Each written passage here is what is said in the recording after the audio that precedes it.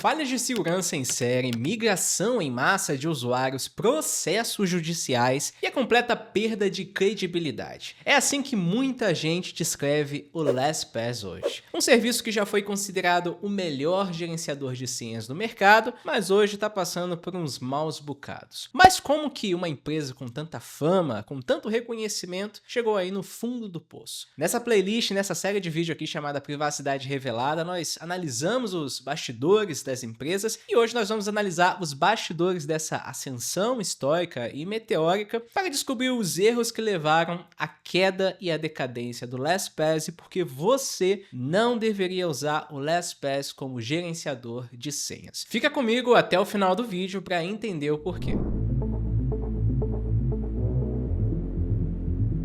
Para entender o que levou o LastPass ao declínio, é preciso a gente voltar um pouco lá a 2008, quando Joe Sigrist e outros 3 desenvolvedores encaravam ali um problema que hoje afeta qualquer pessoa que tem várias contas online, que precisa acessar sites, entender ali os cadastros, organizar de maneira segura também, mas também como salvar de maneira segura as suas senhas. E isso sem recorrer, àqueles métodos nada seguros, como armazenar em um papel, um caderno, e aí se às vezes você pode perder esse caderno, pode molhar, pegar fogo, enfim, algumas coisas assim podem acontecer. Ou você pode usar a mesma senha para todos os sites, o que também não é uma boa atitude, não é uma boa prática. E vivendo esse problema na pele, eles então decidiram fazer alguns testes, Eles tentaram até usar um arquivo criptografado, só que cada senha incluída nesse arquivo criptografado acaba exigindo, uma atualização. Imagina, 3 desenvolvedores usando o mesmo arquivo criptografado para poder gerenciar as contas de uma empresa. Tudo isso gerava uma sincronia, eles precisavam manter tudo sempre atualizado, o versionamento dos arquivos, enfim, dava um trabalho imenso. E em entrevista, o Joe ele até confirmou isso, abre aspas, era muito trabalhoso, precisávamos criar senhas fortes, criptografar o arquivo e depois sincronizar manualmente em cada computador. Não era prático, não tinha como manter isso viável. E aí eles precisavam entender esse problema, entender como que as pessoas ao redor deles encaravam o aspecto de senhas. Então eles começaram a perguntar a amigos, colegas, como que eles lidavam com elas. E eles ouviram respostas que até os dias de hoje, são comuns. Como, por exemplo, algumas pessoas que utilizam a variação de uma mesma senha, às vezes só muda ali o finalzinho, coloca um caractere a mais, um caractere a menos. Outras pessoas que têm ali tipo um esquema de camadas nas senhas, umas que utilizam uma senha mais fraca para cadastros mais bobos, coisas mais simples, uma senha intermediária para uma coisa que às vezes precisa ali de uma atenção, e uma senha super forte, seguindo todos os padrões e todas as boas práticas de segurança para bancos, para contas assim desse tipo. Só que para Joe e a sua equipe, essas estratégias se mostravam insustentáveis a longo prazo. Seria impossível alguém manter tudo isso, seja salvando num caderno, não é sustentável até pela segurança, mas também pela forma de gerenciar isso. Não é a melhor forma para você realizar esse gerenciamento. E isso mostrou para eles que existia uma brecha real nesse mercado para gerenciadores de senha. Ao mesmo tempo, esse gerenciador, esse serviço, ele precisava ser sólido e também precisava trazer uma questão de simplicidade, não só em interface, mas como salvar as senhas. Mas ao mesmo tempo, era preciso solidificar a segurança, mostrar que realmente era o melhor local, que era o local seguro para as senhas dos usuários. Somado a esse entendimento, eles também já tinham uma experiência prévia com serviços em nuvem e eles entenderam também um pouco dos desafios de você começar um negócio online. Eles até citam, abre aspas, a conveniência da nuvem normalmente implica que você não tenha acesso local aos seus arquivos, ou, por exemplo, que o provedor possa ver os seus dados. Nós queríamos resolver ambas as questões com criptografia local e backup offline. Então, foi nesse cenário que surgiu o LastPass, prometendo aí ser um cofre virtual, onde você conseguia gerar as suas senhas, elas automaticamente eram senhas fortes e que você já conseguia também sincronizá-las, em todos os seus dispositivos. Nos primeiros meses, nem tudo foi um mar de rosas, tá? De acordo com o Joe, o maior obstáculo foi convencer as pessoas de que armazenar as senhas na nuvem poderia de fato ser seguro. Abre aspas. O primeiro ano foi gasto educando. Todo mundo online e offline era cético cético em relação a um gerenciador de senhas baseado na nuvem. A grande virada aconteceu quando entenderam que criptografávamos os dados localmente com uma chave que nunca tocava aos nossos servidores, ou seja, que nunca ia, que nunca era compartilhada com os servidores da LastPass. Então, quando as pessoas passaram a compreender esse diferencial, o LastPass ele começou a ganhar tração de vendas e conseguiu conquistar até mesmo uma comunidade fiel. Lá em 2009, ou seja, um ano após iniciar o aplicativo, eles já estavam recebendo o prêmio Editor's Choice da revista PC Magazine, ou seja, a escolha dos editores. Isso por ser reconhecido como um bom produto, como um bom gerenciador de senhas. No ano seguinte, eles adquiriram também uma startup chamada Xmarks para poder expandir ainda mais a compatibilidade do LastPass com navegadores, até mesmo para que a sincronização funcionasse muito bem. Essa startup ela tinha um produto de sincronização, então eles viram uma oportunidade aí também. Tudo isso para no final reforçar o slogan de que ele seria a solução definitiva para todos os problemas de senha dos usuários, ou seja, seria a última senha que você precisaria lembrar para todas as suas senhas, para todas as suas contas online. O caminho até parecia livre para o LastPass se consagrar ali como um líder absoluto em segurança digital. Mas, uma sequência de acontecimentos começou a colocar tudo em xeque. O LastPass ele vinha de uma rápida escalada de sucesso, só que em 2011, o primeiro grande susto, vamos dizer assim, abalou ali as estruturas do aplicativo. Naquele ano, a equipe relatou, olha só, ter identificado um acesso não autorizado aos seus servidores. De imediato ali a empresa tentou minimizar, Garantiu que as senhas estavam tranquilas, protegidas, para todo mundo ficar tranquilo em relação ali às suas contas, porque tudo estava protegido graças à criptografia, Só que ao mesmo tempo, olha só, eles recomendaram que todos os seus usuários alterassem a senha principal, a senha mestra de seus cofres, caso fossem fracas, porque poderiam ser abertas. Ou seja, no final eles confirmaram que passaram por um incidente de segurança, com essa posição. Então, essa notícia para a comunidade já soou como um alerta, porque a própria LastPass que assumiu de fato que o ataque aconteceu e forçou essas redefinições. Para alguns usuários, de fato, você era forçado a redefinir a sua senha mestra. Então, evidenciou até também a gravidade dessa situação. Nos anos seguintes, o app manteve ali o seu ritmo de crescimento, só que em julho de 2015, outro golpe abalou a credibilidade dos serviços. Cybercriminosos comprometeram aí endereços de e-mails da plataforma, lembretes de senhas e hashes de autenticação. Embora a empresa ali mais uma vez, reafirmasse que o conteúdo real dos cofres permanecia inacessível, essa imagem já de segurança, de invencibilidade do serviço já tinha sido colocada em xeque. Muitos usuários também ficaram muito irritados em saber desse incidente, não pelo LastPass, mas pela mídia, pelos sites de notícias. E não só irritados, alguns se sentiram traídos, porque a LastPass ela sempre se posicionava como uma empresa, até aquele momento, que carregava a bandeira da transparência, da segurança, e tudo isso foi culminando. Eram 2 incidentes até aquele momento. Já no mesmo ano, em outubro daquele mesmo ano,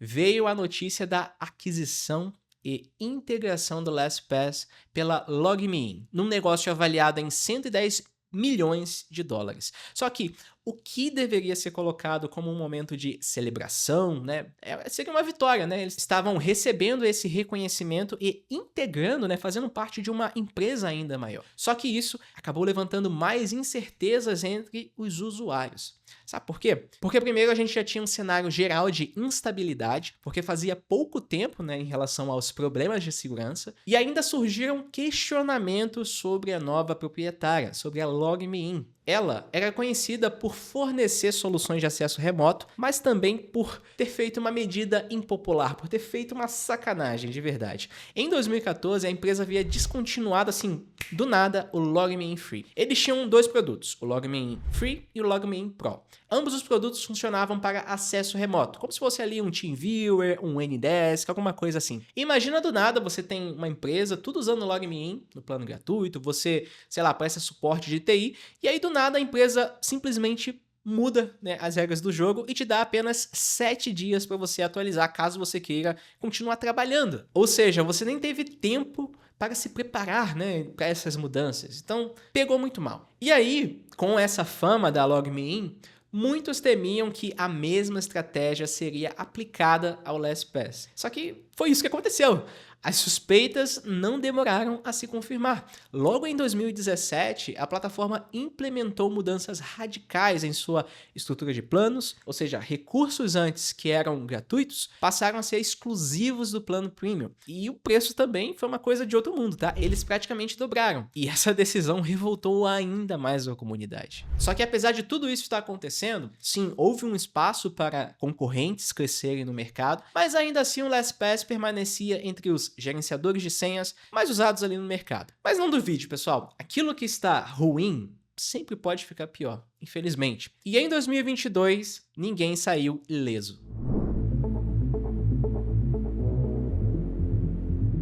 Em agosto de 2022, o LastPass foi alvo do mais grave incidente de segurança da sua história. O invasor, ele praticamente zerou o game. Ele conseguiu roubar uma cópia do banco de dados de todos os usuários do aplicativo. E o mais preocupante, ele fez uma cópia de todos os cofres de senhas desses usuários. E nessas informações, ele conseguiu também nomes, e-mails, dados de cobrança, números do cartão de crédito, né, alguns dados parciais, e até mesmo os links dos sites que estavam armazenados, dos cadastros que estavam armazenados dentro dos cofres. Isso porque uma parte dos dados estava protegido por criptografia, de fato, só que existiam ali alguns campos que estavam desprotegidos, e um deles era esse campo de links. E isso expôs em quais plataformas o usuário daquele cofre, o usuário daquela conta, tinha contas, né? E depois, com as investigações, o que se descobriu deixou tudo ainda mais sombrio. A LastPass, ela tentou ali se apressar, dizendo que as senhas estavam seguras, que as coisas estavam tranquilas, como sempre, né? Mas foi revelado que o invasor havia conseguido detalhes do código-fonte, ou seja, vazou parte do código-fonte do LastPass e informações técnicas também da plataforma. Usando também esse conhecimento, ele conseguiu invadir o computador de um desenvolvedor sênior da equipe ali de DevOps e depois de invadir, ele fez a instalação de um keylogger nessa máquina. Depois disso, esse invasor conseguiu a senha mestra desse funcionário, abrindo caminho para acessar várias coisas dentro da empresa. Uma dessas coisas era um cofre de senhas compartilhado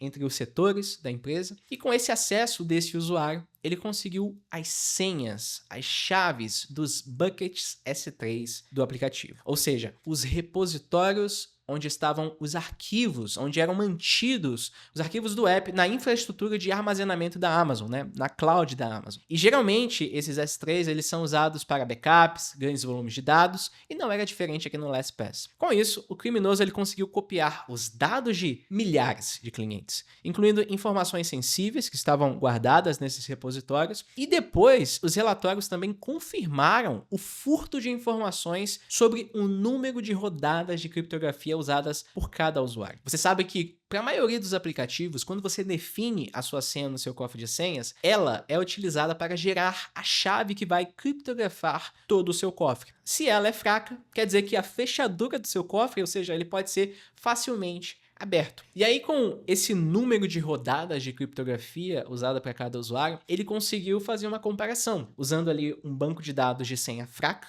né, as senhas conhecidas, mais usadas, que são consideradas fracas, ou senhas que já foram vazadas antes. E aí ele conseguiu descriptografar alguma parte dos cofres ali, a gente não sabe ao certo, mas ele sim conseguiu descriptografar e ter acesso a cofres de usuários. E a LastPass, mais uma vez, tentou tranquilizar os usuários, né, falando que não havia necessidade de ação imediata, que a maioria dos clientes poderiam ficar tranquilos.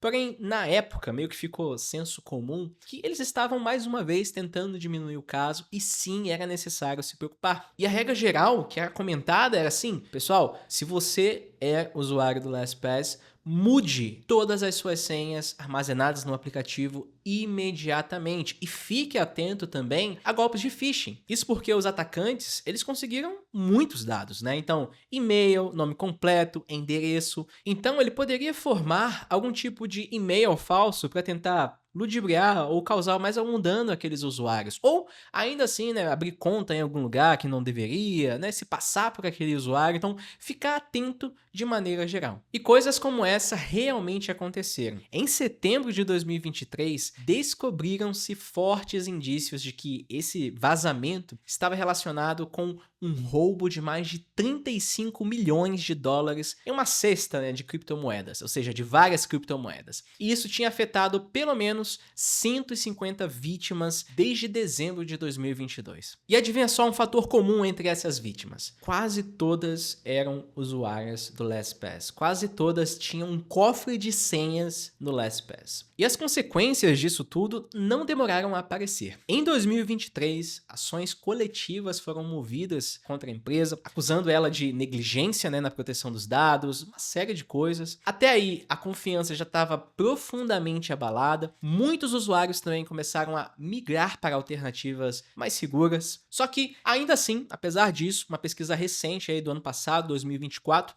aponta que o LastPass ainda lidera o mercado de gerenciadores de senhas, mas agora com apenas 20% de participação. Um número que hoje é muito distante, né, do domínio que um dia eles já tiveram. Na minha visão, o LastPass já está numa trajetória de declínio irreversível.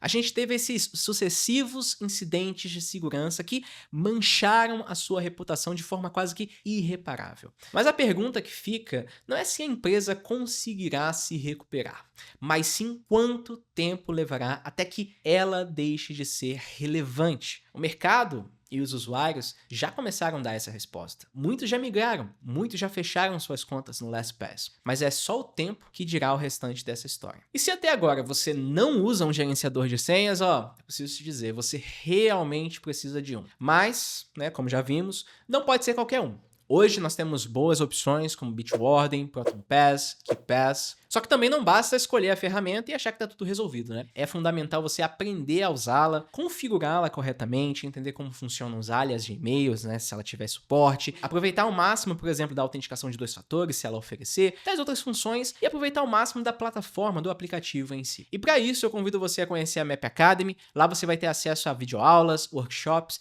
e um grupo exclusivo no Telegram com muitas dicas, com muita coisa para você aprender a proteger tudo aquilo que você conquistou, aprender a proteger a sua segurança digital. Vou deixar o link aqui embaixo na descrição. E olha, pessoal, segurança digital não é só escolher ferramentas, é muito mais do que isso, você precisa de disciplina. Se você quer saber como a disciplina mudou o meu jeito de encarar a segurança digital e como você também pode mudar aí a sua percepção em relação a ela, dá uma olhada nesse vídeo aqui para você continuar aprendendo sobre segurança digital. Ficamos por aqui e eu te vejo no próximo vídeo. Valeu e até mais.